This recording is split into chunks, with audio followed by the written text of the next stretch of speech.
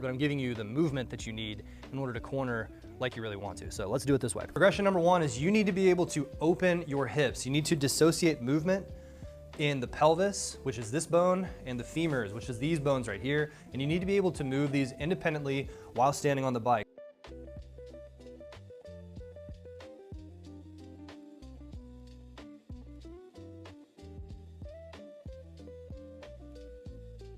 So in other words, while you're cornering, everyone talks about all this stuff you need to do. Again, if you can just stand on flat ground, you can feel what this feels like by twisting like this.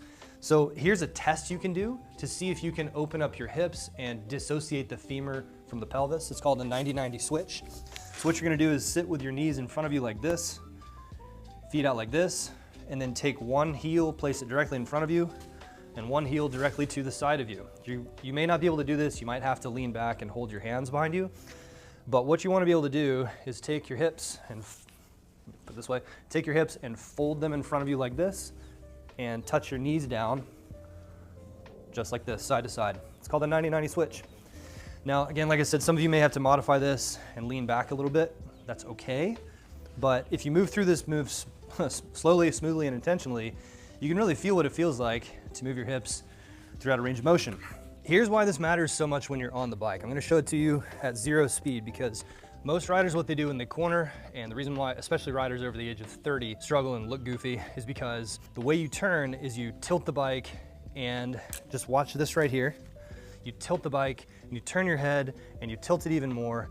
And what ends up happening is you actually end up turning away from the turn. I see this in about 70 to 80% of intermediate riders who have been doing mountain biking in some form or fashion for over 10 to 20 years.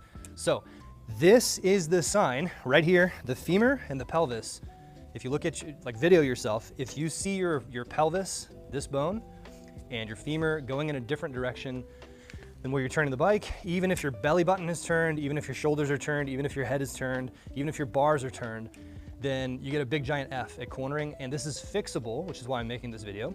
You have to be able to dissociate the femur from the hips completely. Work on that separately off the bike. Now that we can dissociate the hips from the femur, and there's a million other things you can do hip cards, you can do hip flossing, there's all kinds of things we can do to learn how to move the hips. What we need to do is we need to actually take it to the bike and feel it on the bike before we go to the trail.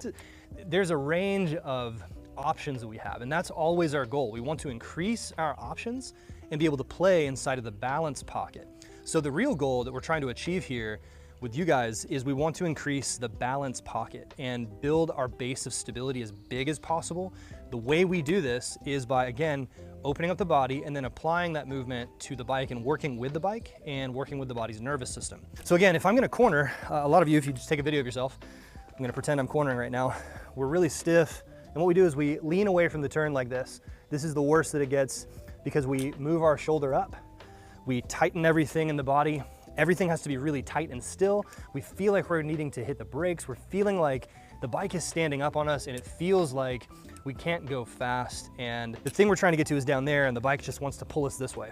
And all of that is really just starts with the hips, and there's a million things that we need to work on. Now, the most important thing with this is that if you struggle, you're going to feel like in some cases you're falling forward or falling back. Now, this is the main thing. I want to give you a pro tip here that intermediate riders really struggle with is falling forward and falling back. And the way that we compensate for this is by locking onto the bars and holding our body, using our upper body, especially dudes.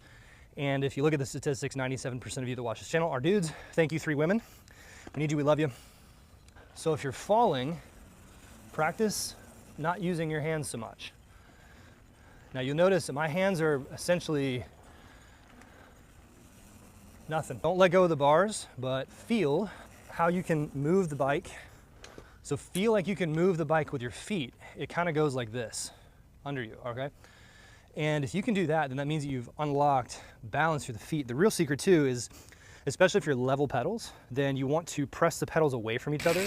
In other words, the front foot, you want to kind of hide the heel under the crank, like this.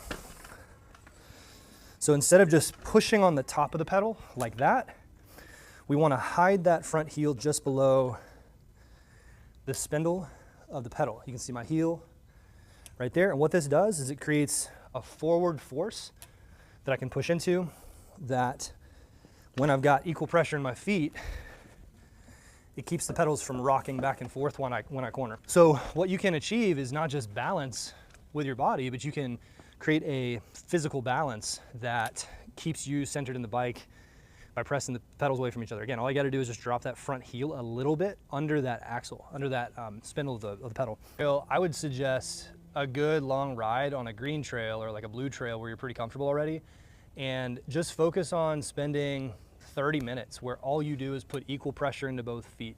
Spend another ride where you're just spending 20, 30 minutes and all you focus on is dropping that front heel down and getting it a little bit under that pedal while you're cornering. Then practice another one where the entire time you're just swinging your hips on top of the bike and you're pointing your femurs differently than where you're pointing the frame of the bike. And eventually you'll get used to each one of these things individually and they'll become automatic. And when you stack them and layer on each other, then you're going to find that you can corner pretty magically. It really does. It's not a normal feeling that feels like anything else. Cornering a mountain bike is unlike anything else that I've ever done.